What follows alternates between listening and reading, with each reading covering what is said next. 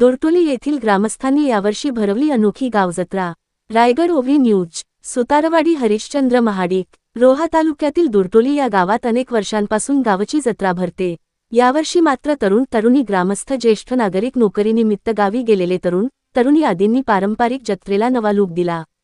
अनेकांनी सर्वांचे तोंड भरून गावाचे अगदी मनमुराद कौतुक केले।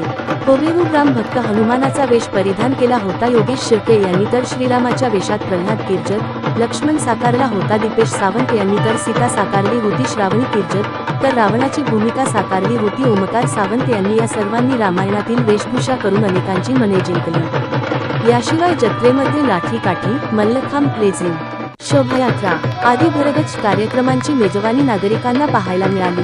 अनेक वर्षांपासून या ठिकाणी मोठ्या प्रमाणावर जत्रा भरत असते। यावर्षी प्रथमच गावाच्या जत्रेचा नवा लूक नागरिकांना पाहायला मिळाला।